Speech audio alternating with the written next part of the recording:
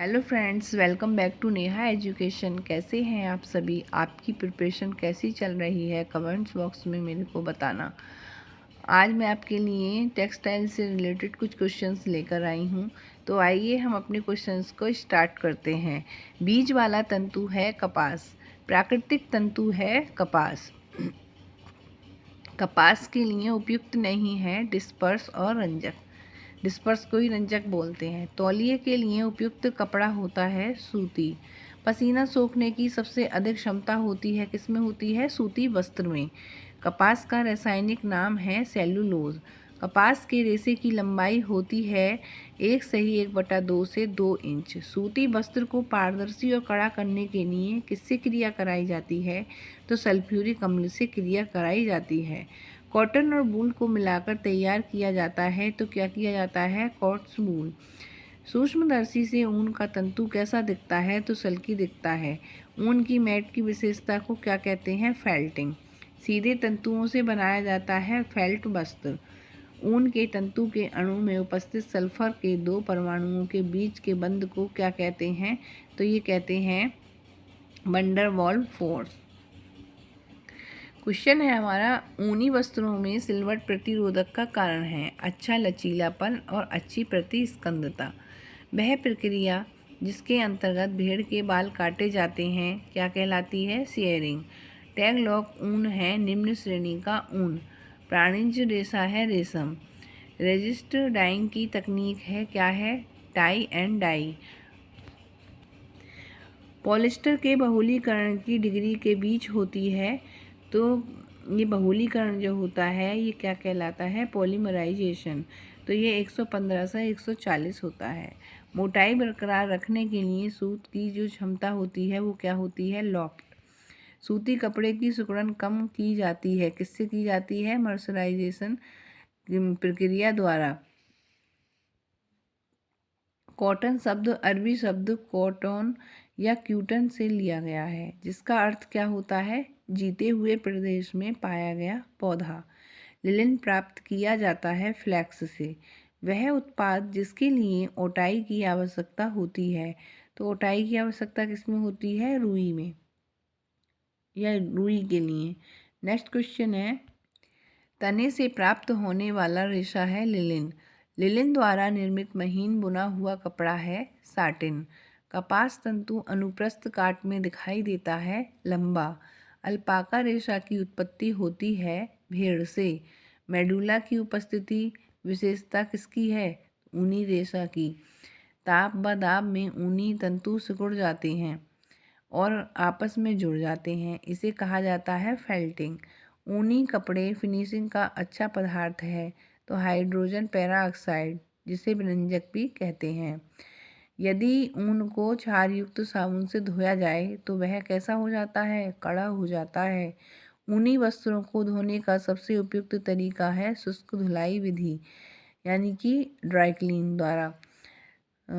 49 से 50% कार्बन, 23 से 24% oxygen, 16% nitrogen, 7% hydrogen और 4% सल्फर का रेशा है। मतलब किस में पाया जाता है? ये सब चीज़ें ये ऊन में पाई जाती हैं। ऊन जलने के बाद देती है क्या देती है? काली भस्म। रेशम के धागे के उत्पादन के लिए लार्वा कोकून के प्रसंस्करण के चरणों का सही क्रम बताइए। तो सही क्रम क्या है? पहले छटाई करना यानी कि शॉर्टनिंग करना, फिर रील बनाना या रीलिंग करना या बंडलिंग करना। नेक्स्ट है फिर थ्रोइंग, फिर कताई, फिर गोंद छुड़ाना या डिमिंग और भरण वेटिंग या वेटिंग को परिसज्जा कहते हैं। नेक्स्ट क्वेश्चन है हमारा, फिलामेंट कोर्स डुपियन नॉयल प्रकार है रेशम के। सिल्क विज्ञान को क्या कहते हैं?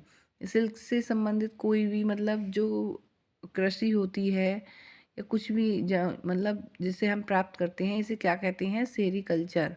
रेशमी कपड़ों पर लगे धब्बे को छुड़ाया जा सकता है अवशोषक विधि से। रेशम के कीड़ों की सबसे निष्क्रिय अवस्था क्या है? कोकून।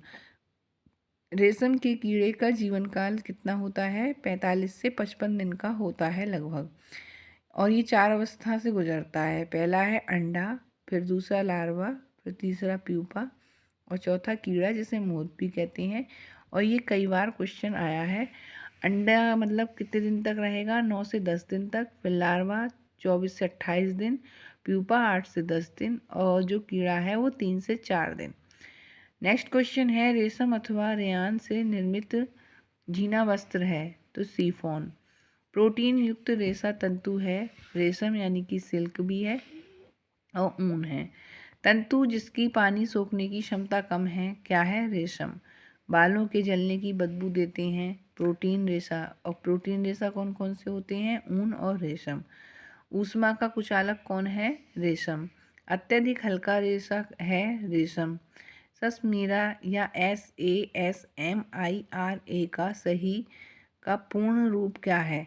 तो ये है synthetic and art silk milk जो मिल्स होते हैं एंड रिसर्च एसोसिएशन। सॉरी मैंने मिल्क बोल दिया था उसको, वो है मिल्स। जो मिल होती हैं बड़ी बड़ी जिसमें मतलब ये कपड़े वगैरह ये बनाए जाते हैं, तो ये synthetic and art silk mills and research association इसकी फुल फॉर्म है।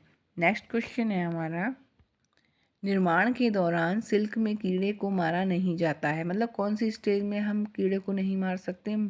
तो ये है मूंगा, यानी कि वाइल्ड सिल्क होती है, ये जंगली सिल्क होती है और ये असम में ज़्यादा होता है।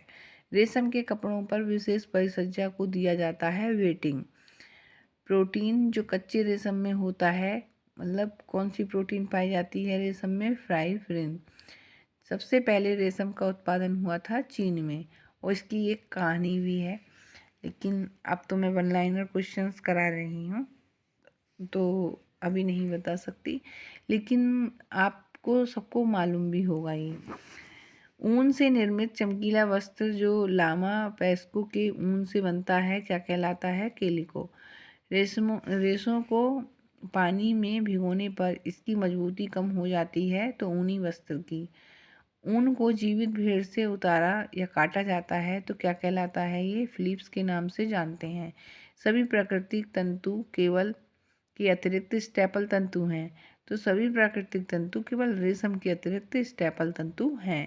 क्षार के गर्म व सांद्र घोल में ऊन और सिल्क के तंतु घुल जाएंगे। ये हमारे हो गए 56 क्वेश्चन। तो आप इनको लर्न कीजिएगा, रिवाइज कीजिएगा, क्योंकि आपका एग्ज़ाम UGC नेट का मतलब पास ही आ गया है। और आप लर्न कीजिएगा और मेरा चैनल आपको ज़रा भी हेल्पफुल लगता है तो प्लीज़ फ्रेंड्स अपने होम साइंस के ग्रुप में शेयर कीजिएगा और मेरे चैनल को सब्सक्राइब कीजिए, लाइक कीजिए और शेयर कीजिए। थैंक यू और मिलते हैं नेक्स्ट वीडियो में। तब तक बाय, टेक केयर।